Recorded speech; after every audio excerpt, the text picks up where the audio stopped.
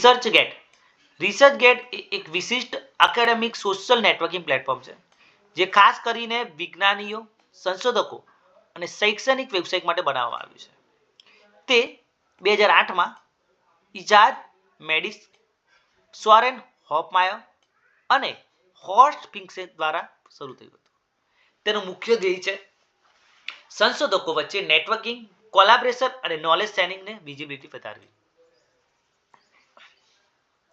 સરળ શબ્દમાં જોઈએ તો રિસર્ચગેટ એટલે કે સંશોધકો માટેનું ફેસબુક, જેમાં તેઓ પોતાનું કામ શેર કરી શકે છે, સાઇટેશન મેળવી શકે છે અને સહયોગ સ્થાપી શકે છે. લક્ષણો જોઈએ તો રિસર્ચ પ્રોફાઇલ, જે વપરાશકર્તા પોતાનું એકેડેમિક પ્રોફાઇલ બનાવી શકે છે. તેમાં નામ, ઇન્સ્ટિટ્યુશન, રિસર્ચ ઇન્ટરેસ્ટ અને પબ્લિકેશન ઉમેરે છે. પબ્લિકેશન શેરિંગ, જે research article, conference papers, data set, negative results upload કરી શકે છે. પ્રીપ્રિન્ટ અને ઓપન એક્સેસ ફાઇલો શેર કરે છે. સાઇટેશન મેટ્રિક એટલે કે પબ્લિકેશન પર મળેલા રીડ, ડાઉનલોડ અને સાઇટેશન્સ દર્શાવે છે. આરજી સ્કોર અને એચ ઇન્ડેક્સ વડે સંશોધકની અસરકારકતા માપી શકાય. નેટવર્કિંગ ઓપોર્ચ્યુનિટી, જે રિસર્ચર વચ્ચે નેટવર્કિંગની સુવિધા આપે છે. સિમિલર ઇન્ટરેસ્ટ ધરાવતા લોકોને ફોલો કરી શકાય. કોલાબોરેશન માટે ઇન્વિટેશન મોકલી શકાય છે. ક્વેશ્ચન આન્સર ફોરમ, જેમાં રિસર્ચર એકબીજાને રિસર્ચ પ્રોબ્લેમ અંગે પ્રશ્ન પૂછે છે અને જવાબ આપે છે. રિસર્ચ અપડેટ અને એલર્ટ, જે રિસર્ચ ગેટ વપરાશકર્તાના ઇન્ટરેસ્ટ મુજબ રિલેવન્ટ આર્ટિકલ અને જર્નલ અંગે એલર્ટ પૂરી પાડે છે. જોબ અને ઓપોર્ચ્યુનિટી, રિસર્ચ જોબ્સ, ફેલોશિપ અને પ્રોજેક્ટની જાહેરાતો કરે છે. રિસર્ચ ગેટમાં ઉપયોગી મેટ્રિક્સ જોઈએ તો આરજી સ્કોર, જે સંશોધકના યોગદાનનું માપદંડ છે. રીડ અને ડાઉનલોડ, કેટલા લોકોએ પબ્લિકેશન વાંચ્યું અને ડાઉનલોડ કરી એનો ડેટા આપે છે. સાઇટેશન, અન્ય સંશોધકોએ કેટલા વખત ઉલ્લેખ કર્યો એનું રિઝલ્ટ આપે છે.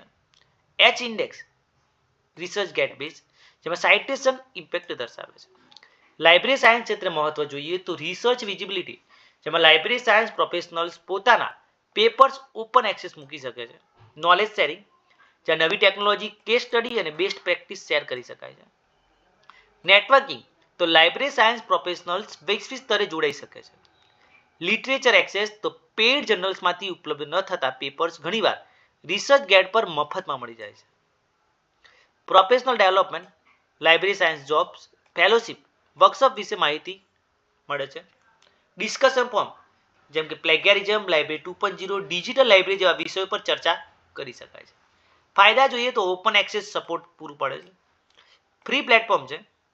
ગ્લોબલ નેટવર્કિંગ, સાઇટેશન એનાલિસિસ અને ઇમ્પેક્ટ મેજરમેન્ટ કરી શકાય છે.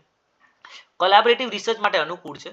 લાઇબ્રેરી સાયન્સ પ્રોફેશનલ માટે લિટરેચર ડિસ્કવરી સરળ બનાવે છે. ગેરફાયદા જોઈએ તો કોપીરાઇટ ઇસ્યુઝ, કેટલાક આર્ટિકલ અપલોડ કરવાથી કોપીરાઇટ તૂટે છે. ક્વોલિટી કંટ્રોલ, બધા જ પબ્લિકેશન પીયર રિવ્યુ નથી.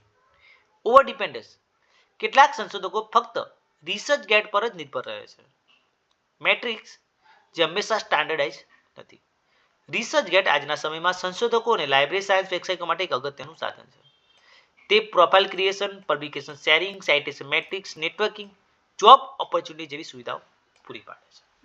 લાઇબ્રેરી સાયન્સ ક્ષેત્રે તે સંશોધકો અને વિદ્યાર્થીઓ માટે ઓપન એક્સેસ નોલેજ હબ તરીકે કાર્ય કરે છે.